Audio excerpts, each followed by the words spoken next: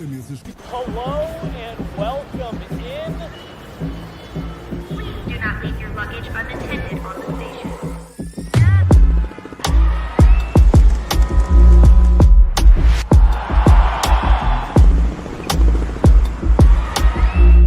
Welcome to the show.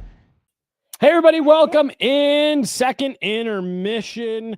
Avs Devils. I just sent it to you. Perfect. Sorry about that. Avs Devils, second intermission. Devils get a weird one, Megan. To take a lead back again. This is starting to feel a bit reminiscent of stuff that we've talked about in the last 24 hours, couple days, things like that, where the Avs are the better team, but can't break through on the scoreboard. I guess I shouldn't say can't break through on the scoreboard. Find themselves trailing, heading into a break. Weird, fluky goal, but overall, let's talk about the first period versus the second period. Avs find themselves down again, but they continue to look like the better team, Megan. Yeah, and I will say this is more closely matched, I feel. I hope that inspires better, and this is where maybe they can flip the script on the way this has played out now the last couple of games. Like Carolina, a very good team, but very injured, and so they were relying on their depth. That's what I mean by that. Utah, I think, will sneak up on people, and they've been underestimated through this point. Where I'm going with this is I think New Jersey is more closely matched in terms of the high skill up top and the structure across the board. So I hope that pushes the Avs to tighten up the details, because I don't think that was a bad second period. And I think that goal is a fluky one. I don't even think it's born from a mistake that the Avs make. So in the same way in the Utah game, when the Landy goal came back, they need to let kind of a tough break that wasn't necessarily because they did anything wrong per se, not keep them off their game. They need to continue to stay at that level and just continue to push. And when I say tighten up the details, it's because this is where teams, especially good teams and at this level in this league, they will take advantage. So this is within striking distance for the Avs, right? It's a 1-goal game difference, and there is plenty of hockey left to be played. They just can't let it get past that, right? They need to stay in this, stay within one, obviously look for the tying goal. But Right. I know that sounds obvious, but what I fear is kind of the way in which the Boston game went off the rails was because of the mistake in the 5 seconds left in the second period. This game is still within their grasp, so they need to hold on to it tightly. Well, and, look, it's one of those things we talked in that first intermission about. You don't love those 2 goals that Trent Miner gives up, right? And so you say, oh man, you'd like him to have those back. You scored 2 goals. You erase that. Trent's been good. Now I want to come back to Trent Miner because something that you noted I don't know if we actually even talked about it in the intermission, or if it was just maybe you and I talking. No, we did, thankfully. Yeah. So I want to come back to that because it strikes again. But hey, this isn't oh man, Trent Miner gave up 2 soft ones. No, you got back in it. Let's talk about the goal. Weird, fluky play. The Avs, a ton of sustained ozone pressure in the second period. Lots of chances, lots of pucks to the net. A weird one. They put a puck to the net. It gets blocked. I think it was a Devils player goes to just whack it out of the zone, out of the danger area, and it ends up springing a breakaway the other direction, and really a 2-on-0 back the other way for the Devils. They capitalize on. But Megan, you pointed it out. Both goals are guys drifting to their left, Trent's right, and then firing back across the grain on the glove side. It's the exact same thing here. There is clearly some tape on Trent Miner that the Devils have gone to school on of, hey, pull him one way, shoot back over the glove, and it's a vulnerability for him. I don't necessarily know if that's something he can clean up in the intermission, but I imagine it's something UC Parkla is talking to him about right now in the dressing room. Keep your glove up. Yeah. Trent. And this is where the Avs can support him too, because in terms of one period to the next, what the Avs are doing to create and provide that goal support, the process is very good yet again. They didn't have the lead in the possession battle coming out of the first, but they had the shots lead and the high danger chances. Now they reclaim that possession battle, and that is Avs hockey. So I like to see they're kind of getting to their game, and they just need to stay at that level then. And, I wanted to throw this back to you because you're talking about Landeskog on that third line and why that could be a positive for Gabriel Landeskog and how it can boost that line. And I wanted to give you a chance to clarify that a little more. Yeah. Well, so, because we talked at the tail end there about, is this an indictment on his play? Yes or no? We both said no. But one of the things that you and I were talking about there as that period is going on is, not only do I not see it as an indictment on, but I actually think it's a way that you could even be strengthening the middle six. Again, we talked so much on Florida's Stanley Cup runs the last 2 years about what makes them so deep is not just that their first line's really good, being driven by Alexander Barkov, not just their second line, was really strong with Matthew Tkachuk, not just that their third line had Brad Marchand just making life difficult, not just that and you get where I'm going here, but it's the fact that it was every line had that threat. Every line you had to be ready for. And it wasn't so much of a lines 1 through 4. It was, hey, we've got our top line that we really lean on. Then we've got our middle 6. And then we've got our fourth line that we really feel is closer to a third line. And if Gabe Landeskog can fit in with Ross Colton and Jack Drury, which, by the way, just in principle, Megan, I love the makeup of that group. Yeah. If you can get him to stick there and Victor Olofsson can finally break through, and I mean, he's firing the puck again tonight. You pointed out the first intermission, a lot of what Victor Olofsson does is what leads to Val Nichushkin's goal. If you can find a way to make those lines a little bit more balanced, not only do I not find it to be an indictment on Gabe Landeskog's play, but you sit there and you say, yeah, this might make your team a bit more balanced and give yourself that top line, middle 6, high-end fourth line, especially if, come the end of the year, Jack Drury maybe slots back down. I don't know. I just wanted to make sure that we pointed out that, I actually think this is a really interesting move by Jared Bednar, maybe in a way to strengthen a couple of lines in a different way and not so much, trying to get more out of somebody or, take minutes away from somebody else. But just, hey, maybe this is a nice way to shake things up and strengthen the middle part of your lineup. I think it's needed too, because though I do think it's not necessarily to get more out of certain players, there is a player I need to see more of, and that is Brock Nelson. Now, I've been a Brock Nelson defender, and I still am. I think there are facets of his game that are important, and they're not necessarily going to improve the offensive part of his game, but they are really responsible defensively. And there's been a few penalties, like now the last couple games. That's just a bit odd for Brock Nelson, to be honest with you. It's the lack of shooting. And Evan Raw had a really good tweet about the lack of shooting coming from Brock Nelson. And it's continued to persist in this game because after one period, he has the same number of shot attempts. He didn't register a new shot attempt in that second period. Gavin Brindley has more shot attempts. I'm talking between missed shots and attempts that have been blocked. In total, Brindley has contributed more. This isn't, you're not even talking about hit the net. No, this is, are you attempting to put a shot on net? Yeah. Right. And so this is where I'm a little puzzled by Brock Nelson, because he had that flashy between the legs play in the first period. Obviously, a high skill player. There's so much more to give from Brock Nelson. And I would never want him to abandon the other parts of his game that I love. Those things are still important.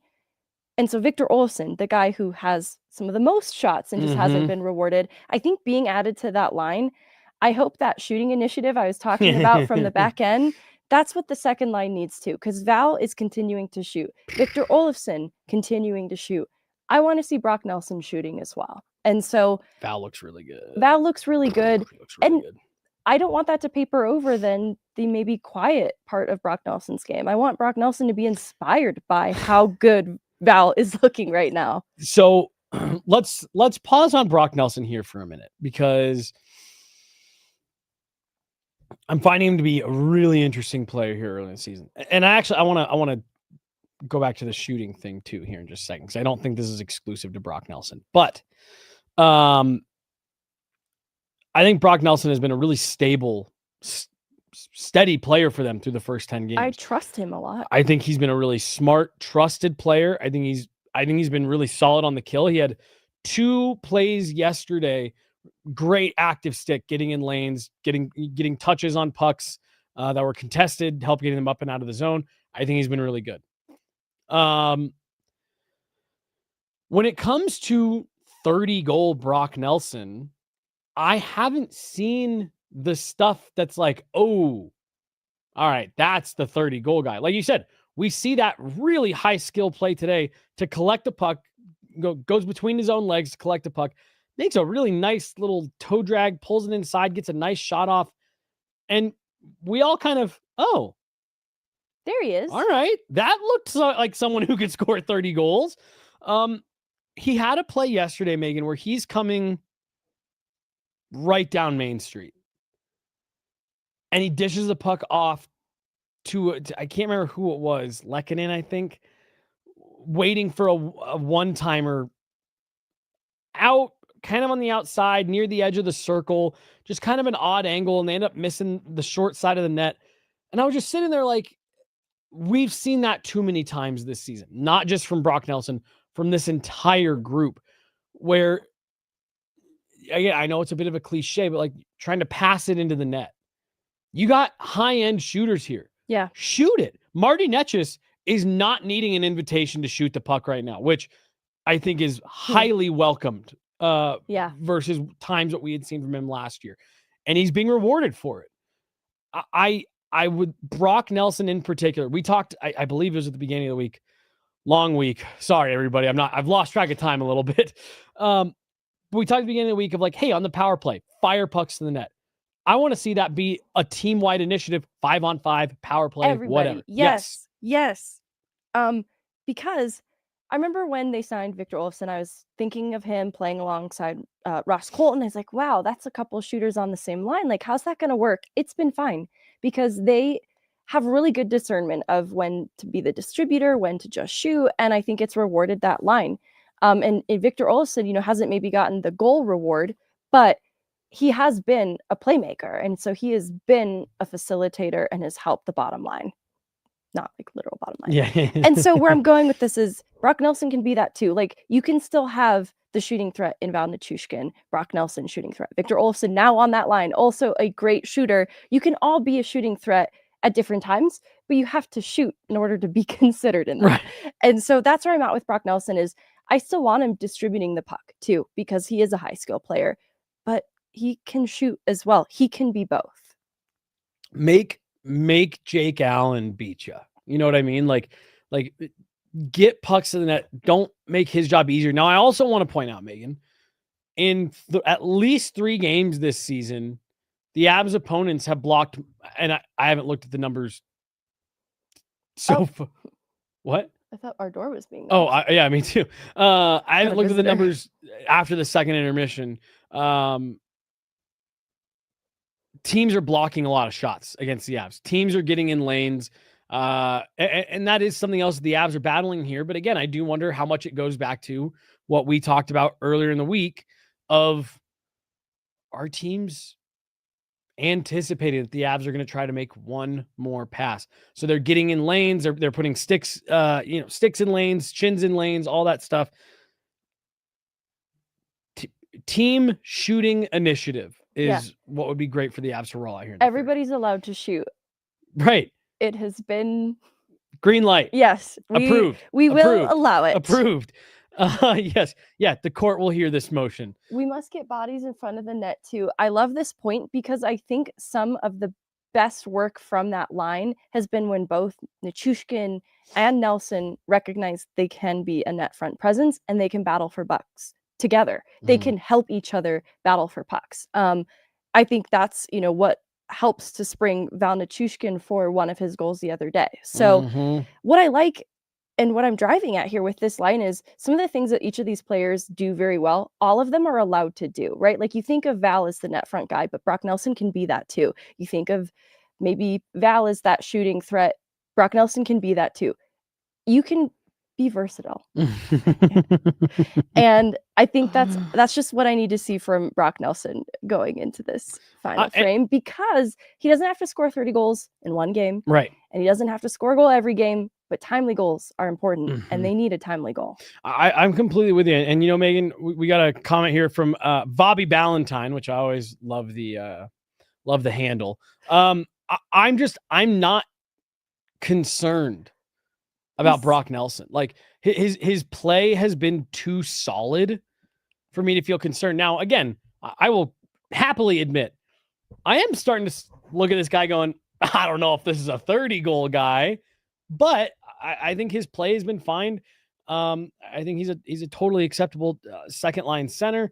I'm just with what you said off the top of this conversation. There's more to give. And I think a lot of that comes in the offensive zone. A lot of talk about perimeter play on the internet this week. Just so when the Avs are snapping that puck around, just so people know, there's intention with all of that. It's about trying to create movement, cause a little chaos, cause a little bit of havoc, get the defense running around a bit. And the idea is to open up lanes so you can start to move that puck through the middle of the ice. What you and I were saying earlier this week is you have to give that threat that at some point the puck is going to be going towards the net to make teams have to respect the fact that any of those guys can be shooters as well. And like you said with that second line, Val is a great shooter. Brock Nelson, we know, can be a great shooter. Victor Olofsson, obviously. Right. Do it. Stop making the one extra pass, someone get a little bit selfish. Yeah, don't, like, oh, that's the shooter, I need to get it to him. No, you're a shooter too. Yes, just shoot it. I loved that angry confidence in you. No. Yeah. You Believe are in a yourself, shooter. Brock. Believe. Megan, you are a shooter. Any final thoughts? Sorry, I didn't mean to kick your sorry. Beautiful shoes that we didn't even point out yet. I think Rogue Wave in the chat mentioned it earlier. Thank you so much, you guys. I don't know that I would have intentionally worn these with this outfit. It just happened. Thank you. Puck's about to drop. Any final thoughts on heading into the third? Brock Nelson goal. There you go. You heard it here first, folks. Meghan Angley calling a Brock Nelson goal. Avs need to shoot more. And if Brock's doing that. Or else. She's Megan. I'm Jesse. Got Dan back here. We'll see you after the game, everybody. Take it easy.